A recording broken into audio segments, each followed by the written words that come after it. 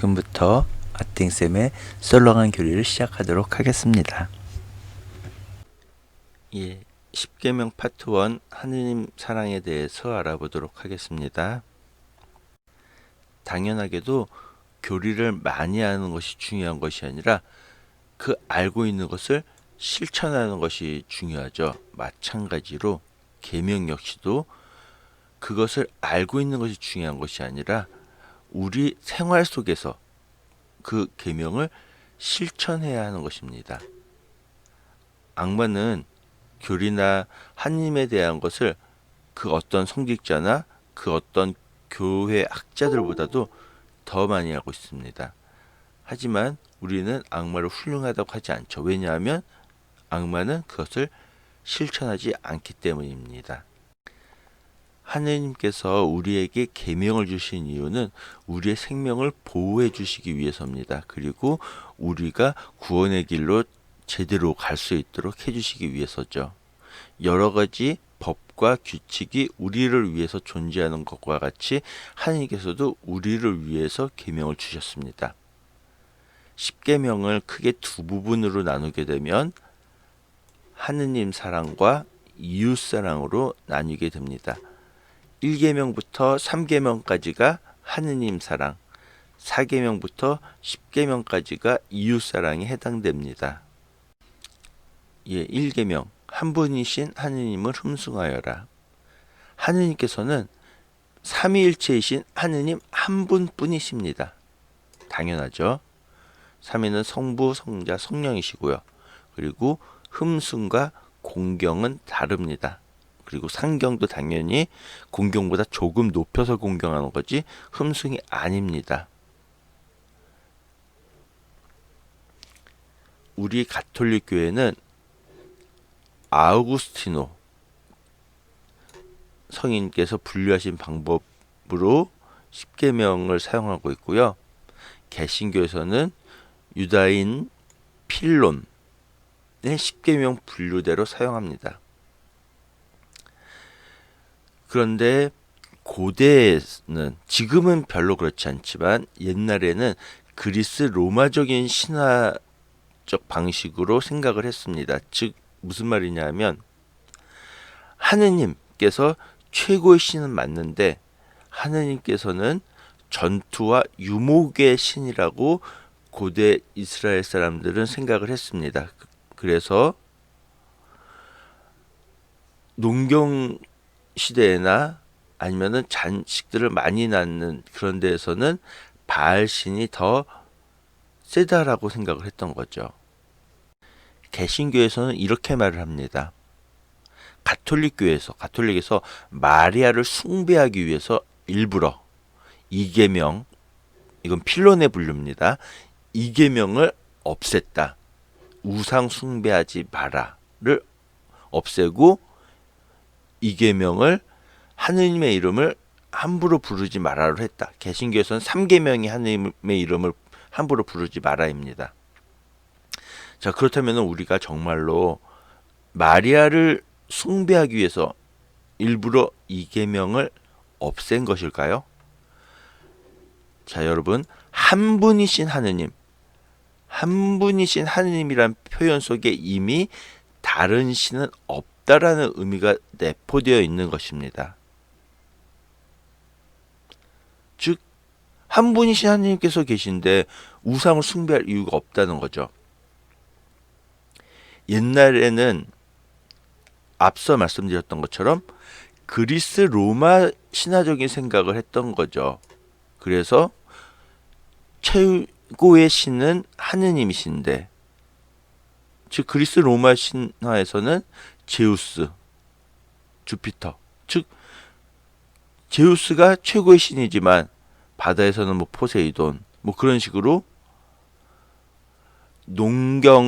농사 짓고 자녀 많이 낳는 데에서는 바알신이 더 뛰어난 신이다라고 생각을 했던 것입니다. 근데 지금은 그런가요? 그렇지 않죠. 지금은 그리스 로마적인 신화 생각을 하지 않습니다.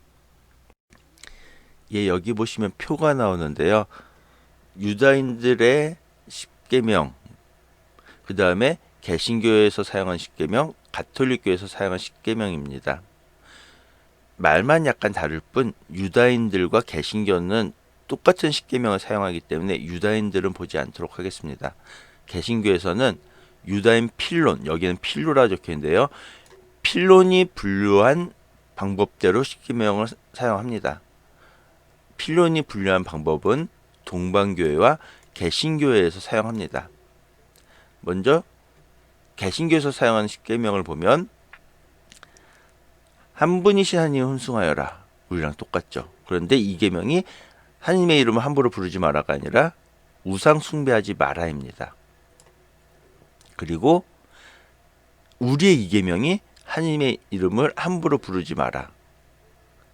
그리고 3계명이 4계명으로 주의를 거룩히 지내라. 그리고 이제 계속 밀려서 부모에게 효도하여라. 간음하지 마라. 사람을 죽이지 마라. 도둑질하지 마라. 거짓 증언하지 마라. 그리고 우리의 9계명과 10계명을 하나로 합쳐서 이웃의 아내와 재물을 탐내지 마라입니다. 우리 가톨릭교에서는 성 아우구스티노가 분류한 방법을 사용합니다. 아우구스티노 성인이 분류한 방법으로 우리 가톨릭교회와 개신교 중에서 루터교가 사용합니다. 한 분이신 하나님 hun숭하여라. 그리고 이 계명이 하나님의 이름을 함부로 부르지 마라. 그 다음에 주의를 거룩히 지내라. 이게 하느님 사랑에 해당되는 거죠. 그리고 부모에게 효도하여라. 사람을 죽이지 마라. 간음하지 마라. 도둑질하지 마라. 거짓 증언을 하지 마라. 남의 아내를 탐내지 마라. 남의 재물을 탐내지 마라. 이것이 이웃사랑에 해당되는 계명입니다. 옛날 책이어서 야훼로도 많이 썼는데요. 그렇다면 우리가 궁금한 게 바알을 섬기기 시작한 이스라엘 사람들은 하나님을 완전히 저버린 것입니까? 성경에 보면 우상숭배하고 그래갖고 하나님을 아예 그냥 나 이제 하나님 몰라 하고서는 아예 바알신만 섬긴 것처럼 느끼기 쉬운데 그렇지 않다는 것입니다. 어떻게 자기 조상들의 하느님이여 출애굽 탈출기의 하느님을 완전히 벌 수 있겠냐는 거죠. 자기 조상들의 하느님이고요. 이집트에서 탈출시키신 하느님께 등을 돌릴 수 있겠느냐는 것입니다. 그들은 일상생활 속에서 하느님과 바알을 번갈아가며 섬겼다는 거죠. 즉 고대 이스라엘 사람들은 그리스 로마 신화적인 생각을 했다는 거죠. 전투, 유목, 원래 이스라엘 사람들은 유목민족이었으니까 전투하고 유목 그런 거 할 때는 하느님이 최고이신 하느님 맞아요. 그런데 이스라엘 사람들이 가나안에 정착하면서 농사를 지을 때는 하느님보다는 바알신이 더 뛰어나다고 생각을 했던 거죠. 농사 지을 때는. 적이 공격해 왔을 때는 하느님.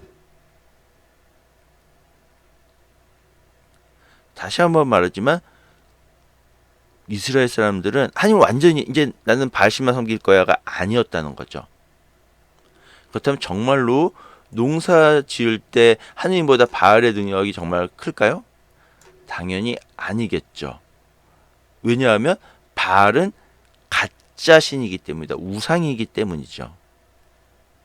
옛날 이스라엘 사람들은 그리스 로마 신화적인 생각을 가지고 하느님께서 최고의 신이 맞는데 하느님께서는 전쟁과 유목에서 최고시고 바알은 농경과 다산에서 최고의 신이라고 생각을 했었습니다. 그렇지만 이렇게 생각하는 것은 근본적으로 하느님과의 계약 위배고요. 유일하신 한 분이신 하느님을 무시하는 것이 되는 거죠. 그래서 하느님께서는 예언자들을 보내셔서 예언자들에게 하느님만 섬겨야 된다. 바알을 버려라. 바알을 섬기지 말아라고 말씀하시는 거죠. 바알과 하느님을 섬기는 것은 어떻게 다르냐? 앞서 말씀드렸던 것처럼 하느님께서는 참된 신이십니다. 하지만 바알은 가짜 신이죠. 엉터리죠. 그렇기 때문에 비교 자체가 안 되는 것입니다. 바알 신을 섬기는 것은 당연하게도 한 분신 하느님 외에 다른 우상을 숭배하는 것이기 때문에 문제가 되지만, 또한 바알신 섬기는 것이 문제가 됐던 것은 바알신의 배우자인 아스다롯 또는 아세라와 바알신이 성적 관계를 가짐으로써 풍요와 다산을 낸다라고 생각을 했는데, 인간들이 이 신들의 관계를 모방해서 인간들도 신전에서 성적 관계를 가졌다는 거죠. 즉 우상 숭배뿐만 아니라 도덕적인 타락도 함께 했다는 것입니다. 그리고 이스라엘 사람들은 그리스 로마 신화적인 생각을 가졌기 때문에 계속 바알신을 섬겼죠. 그래서 엘리야 예언자나 요시야 왕이 종교개혁을 했었지만 바알 종교가 뿌리 뽑히지는 않았습니다. 그렇다면 지금은 그리스 로마 신화적인 생각을 하지 않으니까, 그렇다면 아직도 바알을 믿는 사람이 있을까요? 원시부족이나 그런 데들은 믿을지 어떨지는 알 수 없지만, 이 바알신이라고 하는 것은 한마디로 말해서 물질의 신이라고 볼 수 있는 것입니다. 그렇기 때문에 우리가 재물, 권력, 이런 것이 바알의 또 다른 이름일 수 있다는 거죠. 우리가 하느님보다 내 권력을, 내 재산을, 그런 것을 더 우선시한다면 우리도 알게 모르게 바알을 숭배하는 것과 다르지 않다는 것입니다. 오늘날에는 물질이나 권력 등으로 바알신이 등장할 수 있다는 거죠. 바알은 주인, 소유자, 구름을 타고 오는 자, 이런 뜻이라고 해요. 바알은 고대 가나안 사람들이 섬기던 풍요와 다산, 그리고 농경의 신이었죠. 그리고 앞서서 말했던 것처럼 이 바알 신앙은 도덕과 신앙의 타락을 가져왔습니다. 당연히 우상을 섬겼기 때문에 신앙적인 타락을 가져왔고요. 그리고 성적 관계를 신전에서 남녀들이 맺음으로써 도덕적인 타락도 가져오게 된 것입니다. 구약에서는 우상 숭배를 금지하는데, 이건 당연하게도 한 분이신 하느님 외에 다른 신을 섬겼기 때문이기도 하고요. 또한 옛날 사람들은 자기들이 하느님을 버렸다고 생각하지 않았어요. 그리스 로마 신화적인 생각을 가졌기 때문에 나 하느님 잘 믿고 있는데 라고 생각을 했던 거죠. 그렇기 때문에 그 잘못된 것을 깨주기 위해서 계속 너희들이 지금 하고 있는 것이 우상 숭배야 라고 말을 하고 있는 거죠. 다른 신을 섬긴다는 것은 하느님을 저버린다는 거죠. 앞서서 바알이 물질의 신이다라고 말을 했죠. 지금도 바알 신은 직접 바알이라는 이름을 들먹이면서 바알을 섬기진 않지만, 우리가 물질적인 것을 추구할 때 바알 신을 섬기는 것과 같다라고 말했는데, 바알 신은 물질 만능주의, 그런 것에 해당한다는 거죠. 그래서 결국 이런 물질적인 것을 추구할 때 하느님을 소홀히 하게 되는 것입니다. 그렇다면 우상이란 무엇인가? 우리가 앞서 계명편에서 죄도 좁은 의미의 죄와 넓은 의미의 죄로 생각해 봤습니다. 마찬가지로 우상도 좁은 의미의 우상과 넓은 의미의 우상으로 나눠 생각해 보도록 하겠습니다. 먼저 좁은 의미의 우상이란 무엇이냐면 하느님 외에 다른 신을 섬기는 것이죠. 내가 하느님을 안 섬기고 다른 신을 섬기거나, 옛날 이스라엘 사람들처럼 하느님도 섬기고 다른 신도 섬기고, 아무튼 하느님 말고 다른 신을 섬기는 것 자체가 우상 숭배가 되는 것입니다. 넓은 의미의 우상, 넓은 의미의 우상은 하느님보다 더 소중하게 생각하는 모든 것이 우상이 되는 것입니다. 내가 하느님보다 내 자녀를 더 소중하게 생각한다면 자녀가 나에게 있어서 우상이 됩니다. 내가 하느님보다 내 부모님을 더 소중하게 생각한다면 부모님이 나에게 있어서 우상이 됩니다. 내가 하느님보다 내 재산을 더 소중하게 생각한다면 재산이 나에게 있어서 우상이 됩니다. 즉, 하느님보다 더 소중하게 생각하는 것이 나에게 있어서 우상이 되는 것입니다. 앞서 설명한 것처럼 그 넓은 의미의 우상에는 부모가 대상이 될 수도 있고요, 자녀가 될 수도 있고요, 친구가 될 수도 있고요, 재산이 될 수도 있고요, 권력이 될 수도 있고요, 명예가 될 수도 있습니다. 이거 말고도 다른 것들이 많겠죠. 그렇다면 이것들이 나쁜 것인가? 부모가 나쁜가요? 자녀가 나쁜가요? 친구가 나쁜가요? 재산이 나쁜 건가요? 권력이 나쁜 건가요? 명예가 나쁜 건가요? 물론 권력을 잘못 사용하고 그렇다면 나쁜 것이 될 수 있지만 그 자체는 나쁜 것이 아닙니다. 이 자체가 나쁜 것이기 때문이 아니라 그 어떠한 것도 하느님보다 더 소중하게 생각돼서는 안 된다는 것입니다. 우리 신앙의 선조들은 십계명에 따라서 부모에게 효도하고 그리고 당연히 그 당시에 최고 지도자였던 왕에게 충성을 다했습니다. 하지만 하느님과 왕 사이에서 충돌이 벌어질 때 그리고 하느님과 부모 사이에서 충돌이 벌어질 때는 더 큰 임금이신 하느님, 더 큰 부모이신 하느님을 따랐습니다. 대군대부라고 하죠.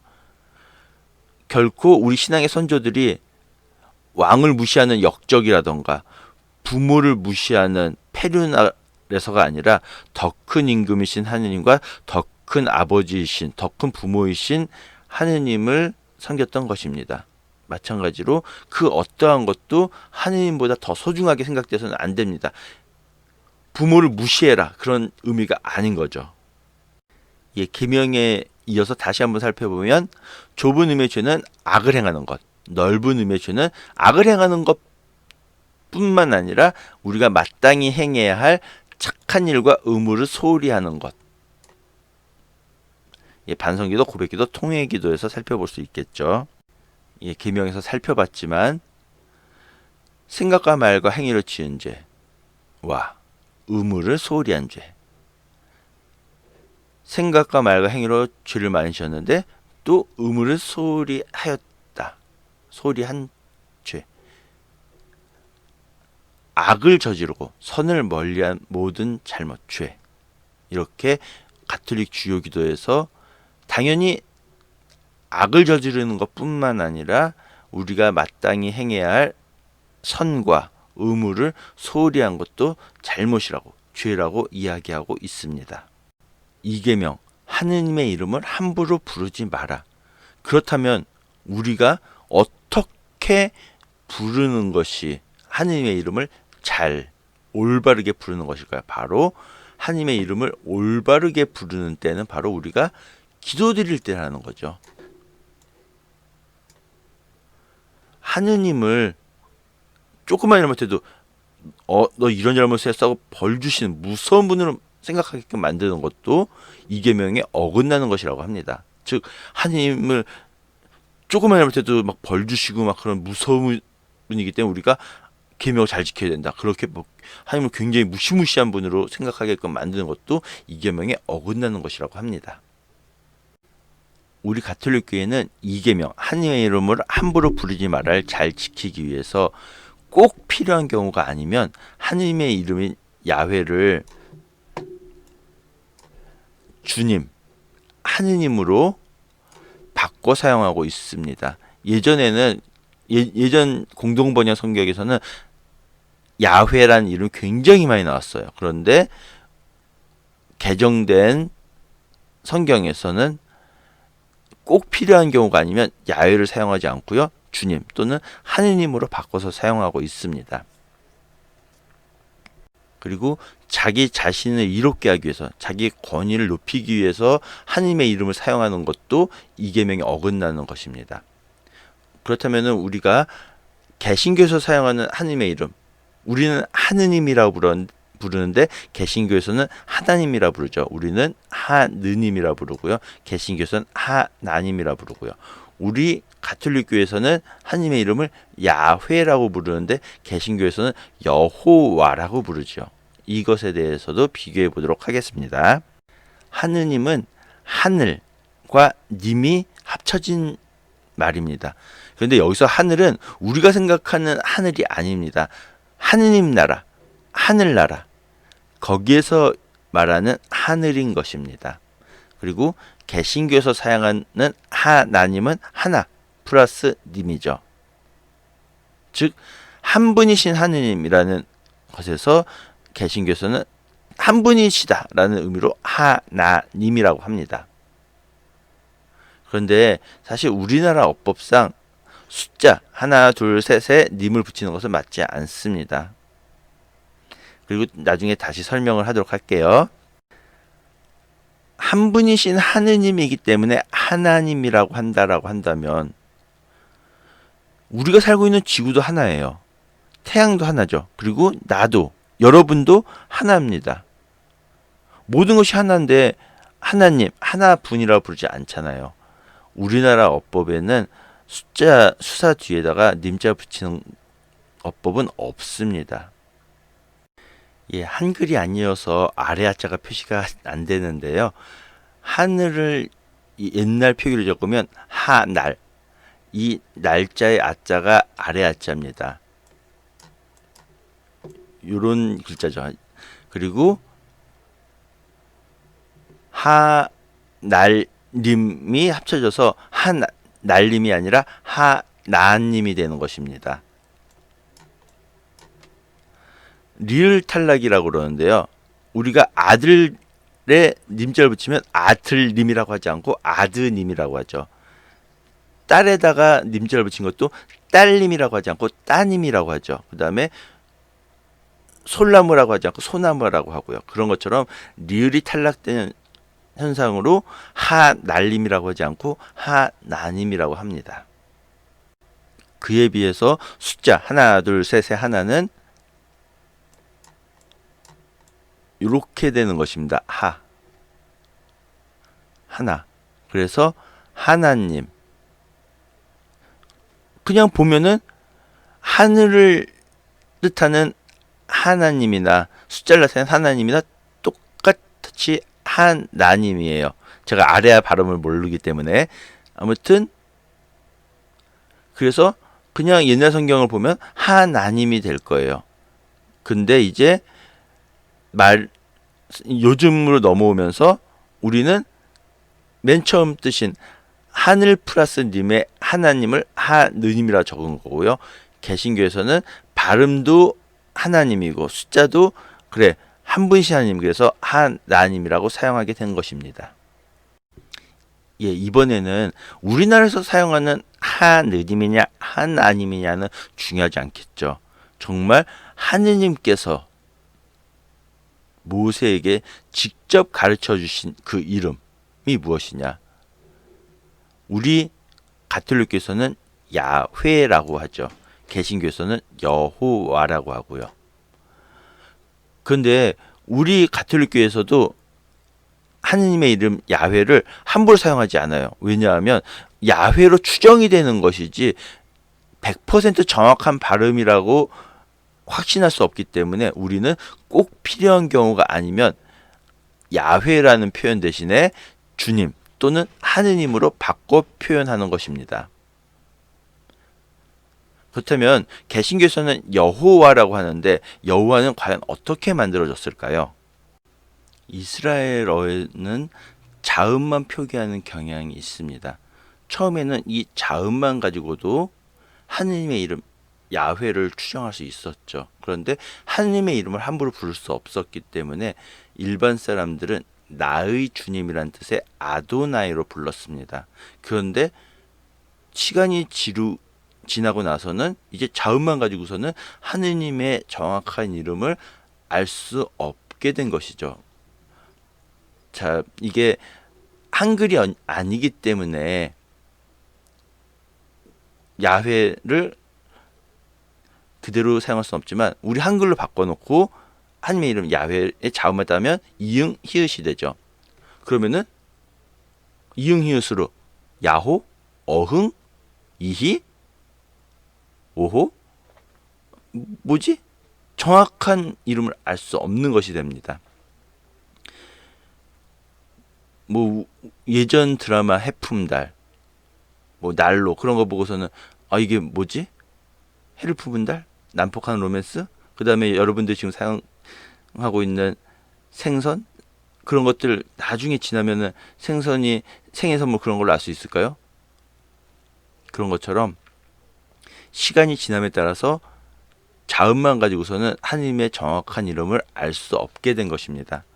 그래서 하나님의 자음에 나의 주님이라는 아도나이의 모음을 합쳐서 만든 글자가 바로 여호와인 것입니다. 즉 하나님의 이름 야훼의 자음에 아도나이의 모음을 합쳐서 만든 글자가 바로 여호와인 것입니다. 예, 하느님의 이름은 야훼로 추정이 됩니다. 그리고 말씀드렸던 것처럼 이스라엘 사람들은 모음 없이 자음만으로 성경을 기록했죠. 그래서 당시 사람들은 그냥 자음만 봐도 본래 발음인 야훼로 추정되는 하나님의 이름을 부르는데 어려움이 없었습니다. 하지만 바빌론 유배 이후에 하나님의 이름을 함부로 부를 수 없다고 여겨서 아도나이, 나의 주님이라는 뜻으로 아도나이로 부르기 시작했고 시간이 흐르면서 이 하나님의 이름에 대한 정확한 발음을 잊어버리게 되었습니다. 그래서 개신교에서는 하느님 야훼의 자음과 아도나이의 모음을 합쳐서 여호와라는 단어를 만들어내게 되었고요. 나중에 이것이 야훼일 것이다, 야훼로 추정된다라고 해서 우리 가톨릭교에서는 야훼로 적었는데요. 2005년 새 번역 성경에서는 탈출기 3장 하나님께서 직접 가르쳐 주신 그런 특별한 경우를 제외하고는 야훼라고 적지 않고 하느님 또는 주님으로 번역해서 사용하게 되었습니다. 그리고 2008년에 교황청에서는 성가나 기도나 성경 번역 중에 이 야훼의 자음으로 표현된 하나님의 이름을 사용하거나 발음하지 말라고 지침을 내렸습니다.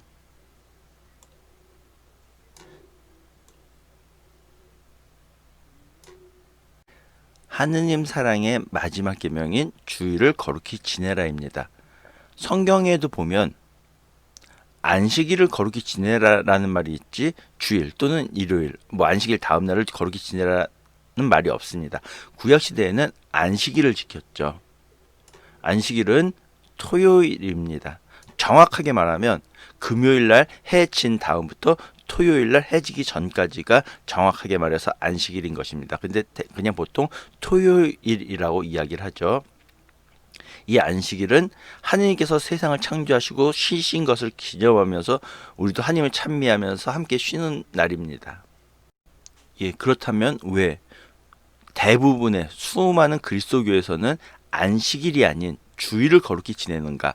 그 이유는 바로 예수님의 부활과 교회가 시작된 성령 강림이 바로 주일에 있었기 때문입니다. 주일은 말 그대로 주인인 주님의 날, 주일은 주님의 날이라는 뜻입니다. 그리고 위에서 설명드린 것처럼 예수님의 부활과 성령 강림이 바로 일요일에 있었기 때문에 그리스도교에서는 일요일을 주님의 날, 주일로 하여서 안식일이 아닌 주일을 거룩하게 지내고 있습니다. 우리 그리스도교에서는 주일이 안식일을 대신하기 때문에 주일에 하느님께서 세상을 창조하시고 쉬신 것을 기념하는 날이 되는 것이기도 하죠.